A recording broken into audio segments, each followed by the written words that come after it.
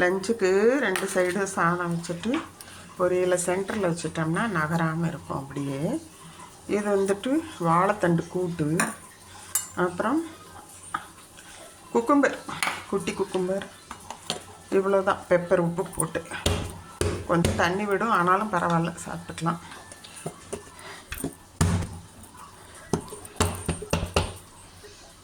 இதுதான் lunch box பாருங்க. இப்படி தான் பேக் பண்ணணும். இப்படி பேக் பண்ணிட்டோம்னாக்கா